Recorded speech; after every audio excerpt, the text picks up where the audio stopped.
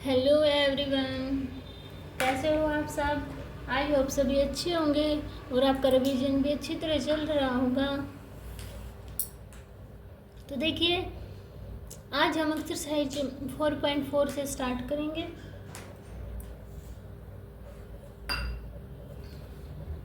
तो हमारे अगर आपको 4.3 में कोई भी डाउट होता है तो आप कमेंट सेक्शन में बता देना, आपके ऑल डाउट क्लियर हो जाएंगे। तो देखिए, हमारे पास ये मैट्रिक्स दी हुई है, हमें इसका माइनर और कोफैक्टर निकालने हैं। ठीक है, माइनर देखो बहुत ईजी है निकालनी। देखो मैं ये माइनर निकालना है, इसको M11 ऐसे डिनोट करेंगे फर्स्ट को। मतलब क्या होगा, फर्स्ट का निकालना है तो इसको ढक लेंगे और इसको ढक लेंगे। क्या बचा मेरा 3। अब निकालना है मुझे M12।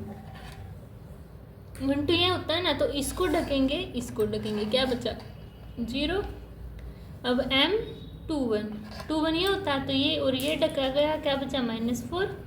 और ऐसे ही M22 तो क्या आया 2। माइनर निकालने सबको समझ में आए। अब निकालने है मुझे कोफैक्टर। देखिए कोफैक्टर भी इजी है, इसको कैसे निकालते हैं हम। Aij इज इक्वल टू -1 की पावर I प्लस j और Mij, ये हमारा फॉर्मूला होता है। फॉर्मूला वैसे अटपटा लग रहा है, देखो कैसे। अगर मान लो A मैंने निकालना है 1 I की वैल्यू 1, j की वैल्यू 1 इज इक्वल टू -1 की पावर 1 2 Mij कितना है मेरे पास 3, यानी कि M11 है ना, M11 लिख लो। अब -1 का स्क्वायर 1, M11 की वैल्यू 3, तो कितना है मेरे पास 3। A12 पुट करना -1 की पावर 1 प्लस 2 3 और M12, तो देखो -1 M12 कितना है 0, तो 0 आया मेरे पास। अब M21 तो -1 की पावर 2 प्लस 1 3 और M21 यानी कि -1 मल्टीप्लाई -4 इज इक्वल टू 4। ऐसे ही A22 निकालो, -1 की पावर 4 M22 यानी कि 1 मल्टीप्लाई 2 किसके इक्वल आया 2 के। ऐसे हमें माइनर निकालने थे, ये कोफैक्टर निकालने थे। ठीक है, समझ आया। ऐसे ही निकालने आपको बहुत ईजी है। ठीक है, अब देखो सेकंड पार्ट। देखो सेकंड पार्ट में दी हुई है मैट्रिक्स A C B और D। M11 निकालना, ये वाला डग गया, क्या बचा D। M12 निकालना, 12 ये तो B। M21 is equal to C, M22 is equal to A। Minor निकल गए। अब निकालूंगी मैं कोफैक्टर। उसके लिए A11 होता है -1 की पावर 1 प्लस 1 और M11, तो करना -1 की पावर स्केयर और D, तो कितना आया मेरे पास D। समझ आया, A11 की वैल्यू D। अब A12 तो -1 की पावर 3 M12 यानी कि -1 multiply B equal to -B। अब A21 -1 की power 3 M21 equal to -1 multiply C equal to -C आ गया। अब A22 निकालेंगे, 22 निकालेंगे तो क्या आएगा -1 की पावर 4 M22 यानी कि 1 multiply A equal to A। ये हमें इसके कोफैक्टर निकल गए। ठीक है, समझ आया सभी को। अब हम देखते हैं अपना सेकंड क्वेश्चन।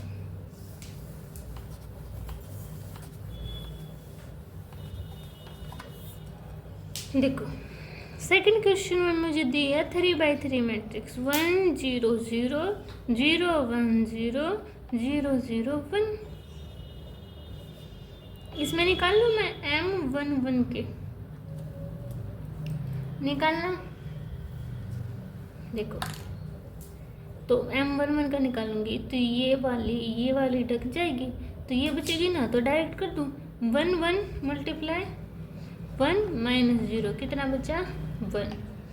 साथ साथ में इसके को फैक्टर भी निकालते चले, तो 1 1 का क्या होगा -1 की पावर 1 प्लस 1 m1 1, तो कितना आया 1 मल्टीप्लाई 1 इजक्वल टू 1। अब निकालना मुझे m12, यानी कि ये और ये वाला डक गया, तो क्या बचा 0 की 1 के साथ मल्टीप्लाई 0 की 0 के साथ, तो कितना बचा 0।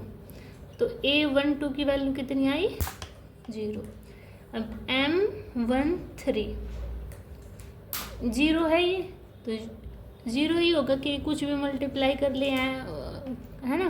तो देखो a13 की वैल्यू कितनी आई मेरे पास 0। अब m21 है, तो ये वाली और ये वाली डग गई, क्या बचा 1 की 0 के साथ मल्टीप्लाई 0 की 0 के साथ, तो 0 बचा। तो a21 भी कितना हुआ मेरे पास 0। अब निकालते हैं a22 ये वाला, तो ये वाली और ये वाली डग गई, क्या बची 1 की 1 के साथ मल्टीप्लाई 0 की 0 के साथ, यानी कि 1। तो a22 निकालना -1 की पावर 4 और m22 कितना है 1, तो 1 आ गया है ना, इजी बिल्कुल। m आएगा यहाँ पे। m23 निकालना, ये और ये डग गई तो 0 बची, तो a23 भी क्या हुई 0। क्लियर हो रहा है ना। अब निकालनी मुझे a31, 0 दे रखा, कुछ भी मल्टीप्लाई करेंगे तो 0 आएगा, तो a31 भी कितना आया 0। अब a32, इसमें भी 0 दिया हुआ है, तो मल्टीप्लाई करेंगे तो 0 ही होगा, तो a32 भी कितना है मेरे पास 0। अब a33, तो ये और ये वाला डग गया, क्या बचा 0 की 0 के साथ मल्टीप्लाई 0 की 1 के साथ 0, तो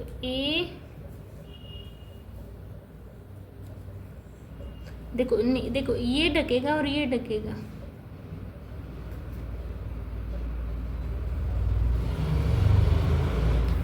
ये और ये डकेगा ना, क्या बचा ये बचा, तो 1 की 1 के साथ मल्टीप्लाई और 0, तो क्या बचा 1 माइनस 0, यानी कि a33 इजक्वल टू -1 की पावर 6 और 1, तो कितना आया 1। ऐसे आपको ये सोल्व करना था, इजी है ना, ठीक है। अब हम चलते हैं नेक्स्ट पर।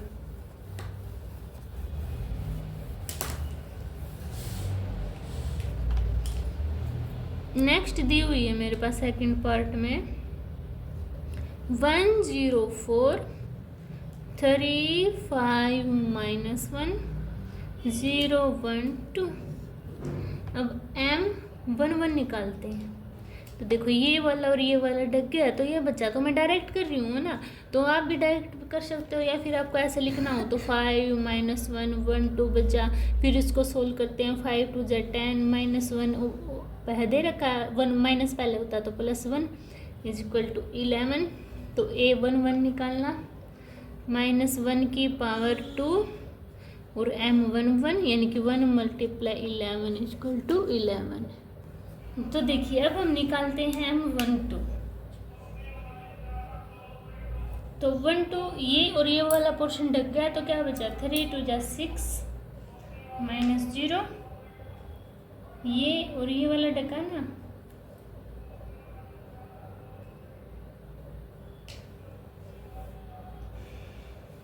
तो 6 a12 -1 की पावर 3 और m12 यानी कि -1 मल्टीप्लाई 6 इजक्वल टू -6। अब m13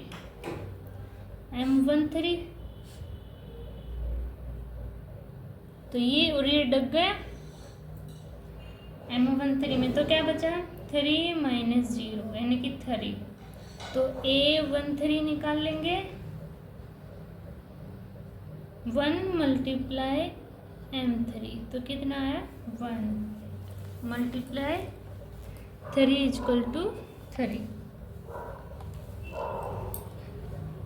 अब निकालती हूँ m13, ये और ये वाला डग गया, क्या बचा 3, m13 निकल गया ना। अब m21 2 1 तो ये और ये वाला पोर्शन ढक गया, क्या बचा?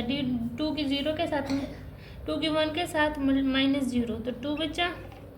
8 2 1 -1 की पावर 3 मल्टीप्लाई 2, तो कितना आया?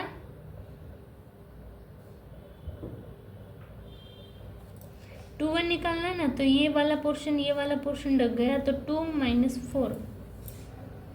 2 1 निकालना है ना, तो 2 1 का तो 0 -4 बनेगा। 0 -4 इक्वल टू -4, तो 8 2 1 -1 की पावर क्यूब मल्टीप्लाई -4, तो +4 आ गया। अब 8 2 2 निकाल लो। 2 2 में क्या आएगा? 2 -0 इक्वल टू 2, तो 8 2 2 equal to 1 multiply 2 equal to 2।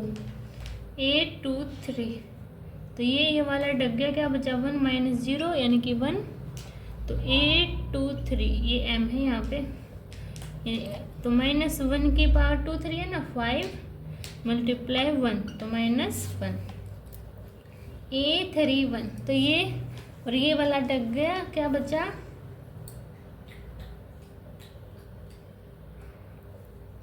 ये और ये वाला डग गया ना, क्या बचा? 0 4 5 -1 मल्टीप्लाई करना है, तो 0 5 4 जा 20,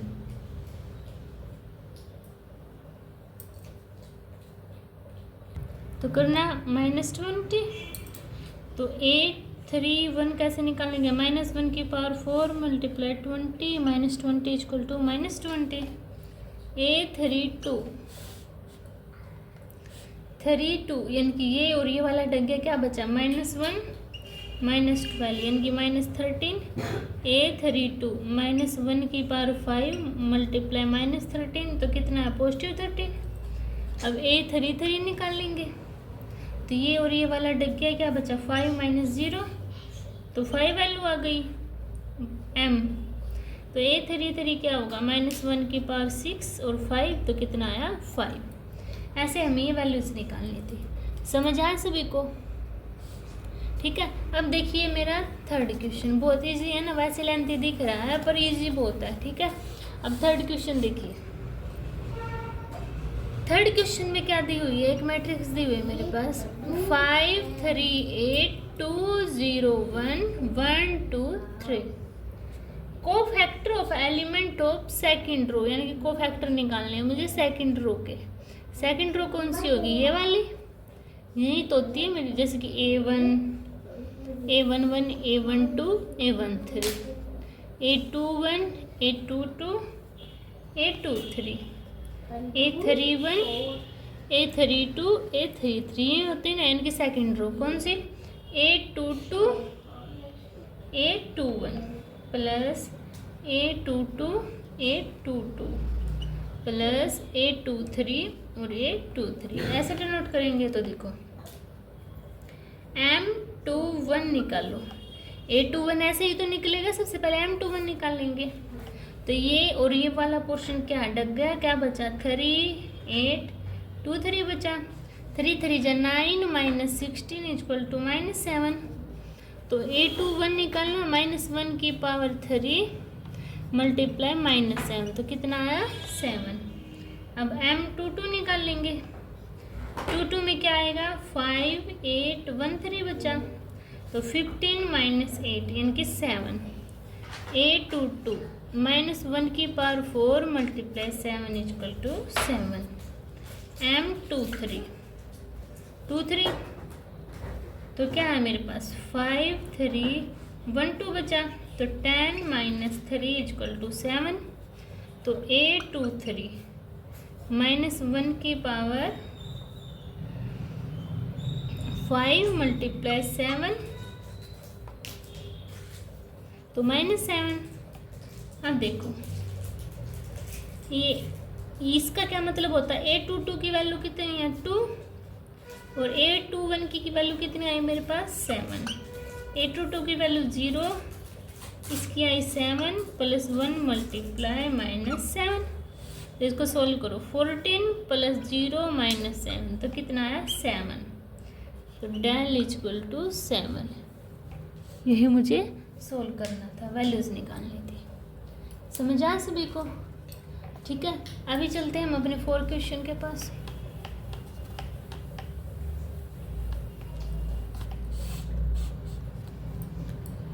फोर क्वेश्चन हमारे पास दी हुई है matrix 1 1 1 x y z z x y. Cofactor of element of third column किसके निकालने हैं मुझे? थर्ड कॉलम के। तो देखो A11 A12 A13 A21 A22 A23 A31 A32 A33। Third column ये है, तो क्या लिखूंगी मैं?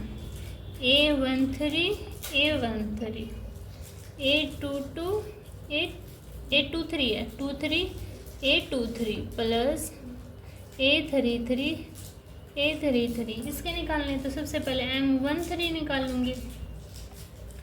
M13 में तो ये वाला पोर्शन डब गया, क्या बचा? 1y 1z यानी z माइनस वाई। तो -1 की power 4 multiply z minus y, तो कितना बचा? z minus Y. A23 M23 निकालना 23 ये और ये वाला पोर्शन डब गया, क्या बचा? 1x 1z।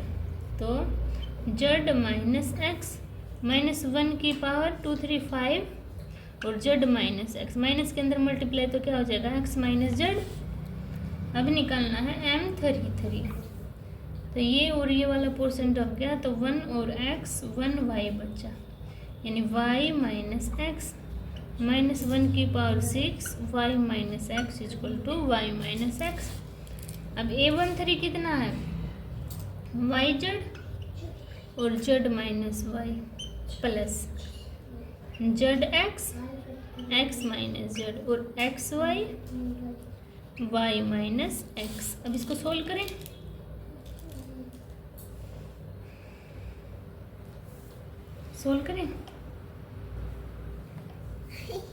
तो देखो एक बार इसको ऐसे की ऐसे रखो, y z minus y plus z x square minus z square x plus x y square minus x square y z minus y. अब इसमें से और इसमें से एक्स स्केयर कॉमन निकाल लो, तो क्या बचा? Z minus y. इसमें से मैंने वाई कॉमन निकाल लिया, तो क्या बचा? Z square minus y square. इतनी बात क्लियर हुई? यहाँ से अरेंज कर दो थोड़ा। अब देखो ये बचा ना, अब मैं जेड माइनस वाई पूरे में से ही कॉमन निकाल लेती हूँ, तो क्या बचा? Y z plus x square plus x z plus y, ये बचा ना अंदर। तो जेड माइनस वाई अंदर, इसको देखो वाई जेड, देखो वाई जेड, इसको एक बार ओपन करना, plus x square plus z x plus x y, ये बचा ना। अब देखो तो जेड माइनस वाई, अब मैं क्या करूं? वाई जेड और जेड एक्स,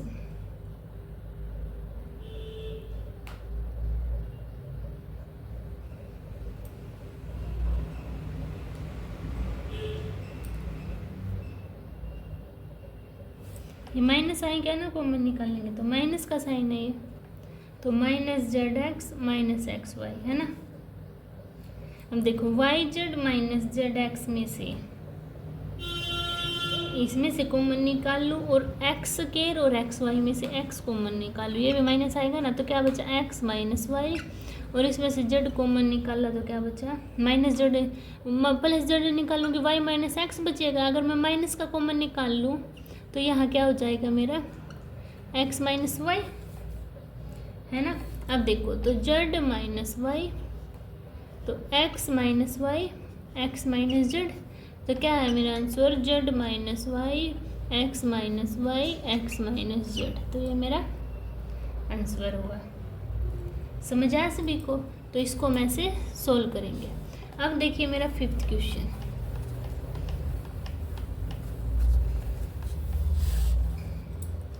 फिफ्थ क्वेश्चन में मेरे पास मैट्रिक्स क्या दी हुई है?